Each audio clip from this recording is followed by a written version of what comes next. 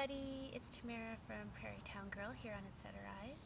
And the rain has finally stopped and we have a very hot sunny day, so I thought I better take advantage of it while I can, and I'm tea dyeing some paper today. I still have lots in my stash, but what the heck. So I've got everything I need here. I've got my little bucket, and this has about I think it has about just over 7 cups of water. It's basically a kettle, just a standard sized kettle full of water, and I heated up the water. I didn't bring it quite to boil, I just heated it up, and I put in 8 different types of tea bags in there. It's just a mishmash of different types of tea. I don't really have a recipe when I dye paper. Sometimes I do coffee, sometimes I do tea.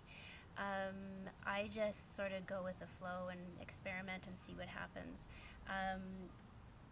At my job, before, I used to travel quite a bit. And so whenever I stayed in a hotel, I would just grab all the coffee and tea, and I would keep that for my my dyeing, because I don't drink coffee or tea. So I have loads of coffee and tea to use. So I've also got a lot of other things here to play with, but I have my rubber gloves, because I don't want to get my hands all stained. I've got paper, of course. I've got different kinds of paper. This is all just copy paper, though. This isn't special heavy-duty paper. I've got plain paper. I've also got paper that I've already printed on. This is a kit that I bought from Victoria Designs, and I really like it, but I thought I'll make it just a tiny bit more grungy maybe, and see what happens. And then just some different colored paper as well. I've also got loads and loads of plastic doilies, whoops, to play with. And then I also have some stencils. And on Instagram, a little while ago, I showed you some paper that I made using stencils, and I was shocked when it came out so well, so I thought I would just sort of show you how I did that. Now, the last few times I've done paper, I've used coffee, and I've gotten like super grungy with it. I think today I want something a little bit of a lighter touch, not quite so much grunge. So that's why I'm going with tea today. So I know there's loads of tutorials online on how to dye paper. I don't really think there's a right or a wrong way. You just play with it, experiment, and see what happens. So this is just the way that I like to do it.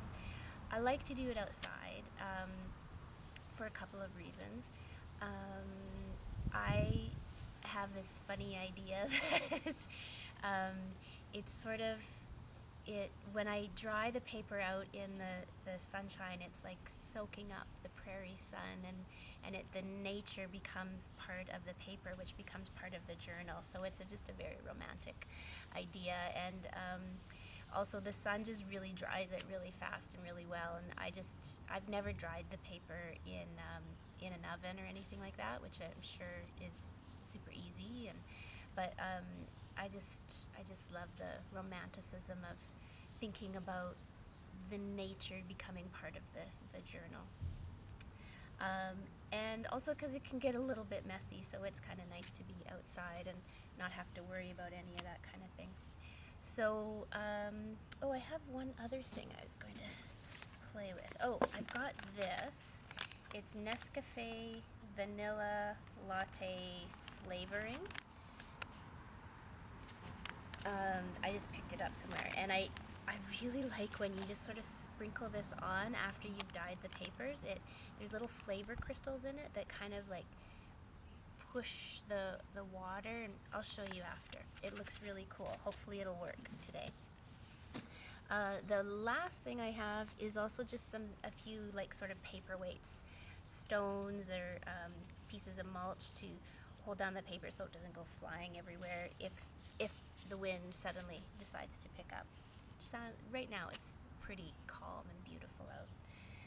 So my water has been sitting here for just a couple of minutes. I'm just going to squeeze. The water's quite hot actually. I'm just going to squeeze my tea bags a little bit to try and get the water a little more brown.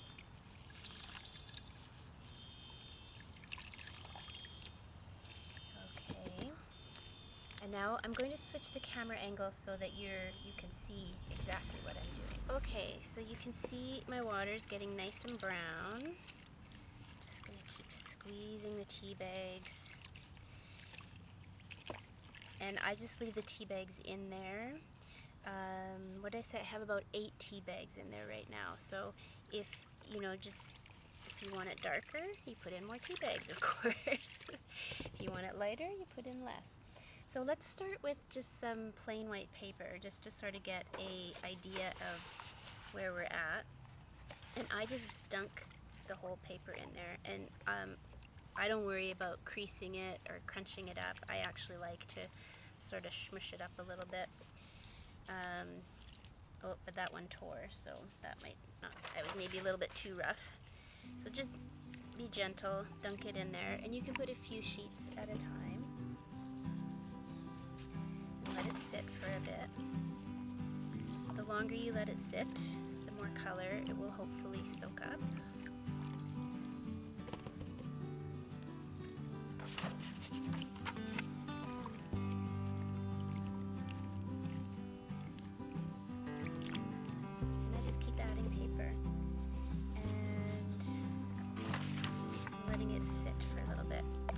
There's some kind of herbal tea in here, I think, because I can smell it.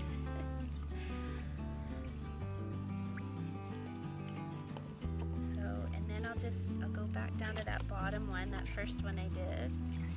And I could leave it for even longer, or I can start to pull them out. Whoops. Yeah, this first one's not going to be great, because it's tearing. Okay, it's just a test piece to see where I'm at, or I can use it for tags or something like that.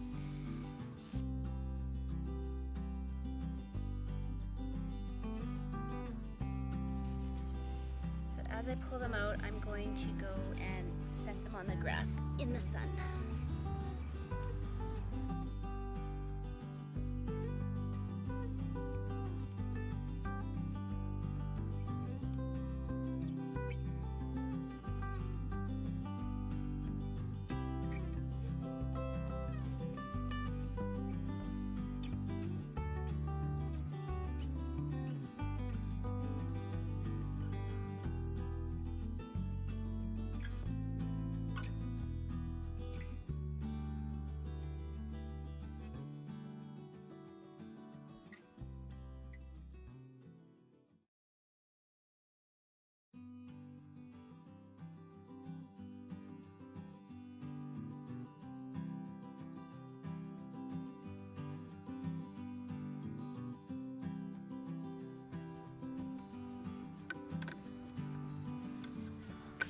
Just show you what I'm doing over here.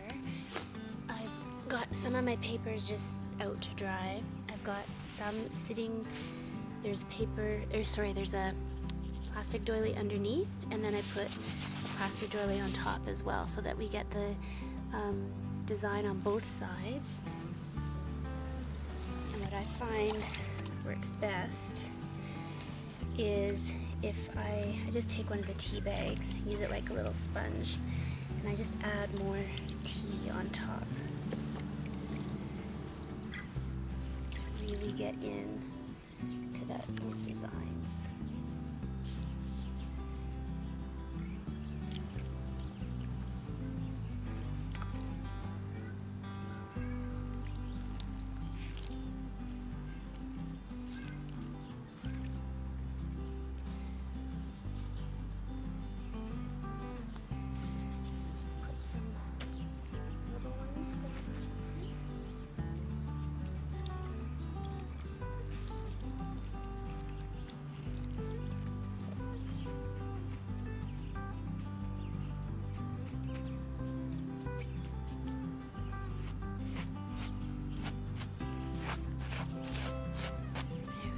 sun will dry that up really fast. So let's just keep going.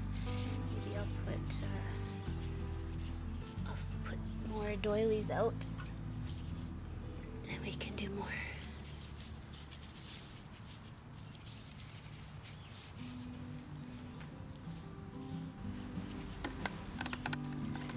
So for this one, this is a nice big piece. So I laid the paper down and then I just fold it over.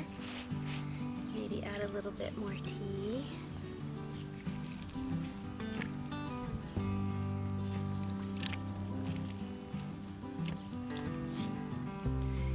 And then you can still add more papers right on top.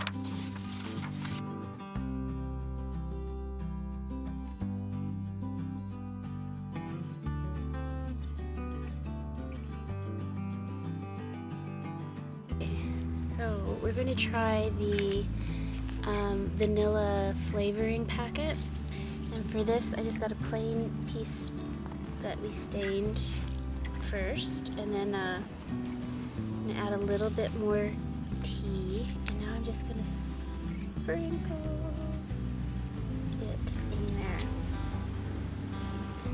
I don't know if you can you see that? Those crystals are going to, those dark crystals are going to make some stains on the paper that are really neat.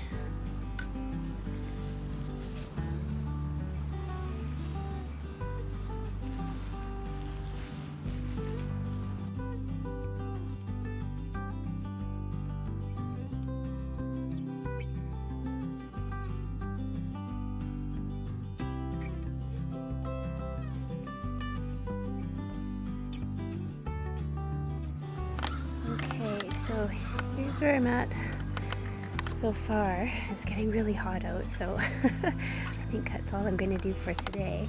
I just want to show you those vanilla crystals, what's happening. I just love that effect. It's almost like rust spots on the paper, which is really cool. So I'm going to let all of this dry for the next couple hours. It probably won't even take that long. It'll probably take, oh gosh, it's so hot out today. Probably in the next 30 to 40 minutes this will all be dry. And when it's all dry, I will come back and show you the results. Okay, I've got my stack of paper. It's all dry and ready to go. So I'll just show you, there's one more step I usually do when well, possibly two more steps. So when you dry your paper out in the sun like this, it gets kind of fluffy. It gets a little bit wrinkly. So you can iron it and it'll flatten down, or you could just put it under some big books or something like that if you really want to. I find over time, by the time I get to it, it's pretty flat, and so I don't really need to worry about it. But one other thing I do like to do, I have this brush. It's sort of like I used to be in a class where I had to take drafting, and so this was part of my drafting kit, and I use it just to wipe, sort of give the papers a little bit of a scrub and wipe them down. I don't know if you can see over here, but there's a little bit of tea. The dry tea is coming off.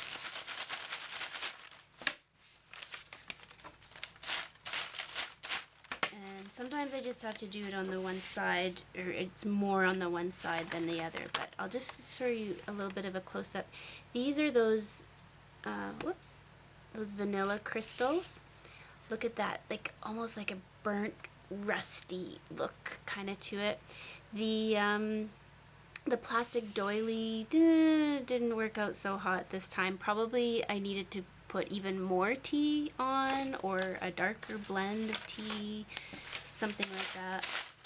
But it was just getting so hot outside this morning that I just couldn't play around with it anymore. So some pieces are kind of plain.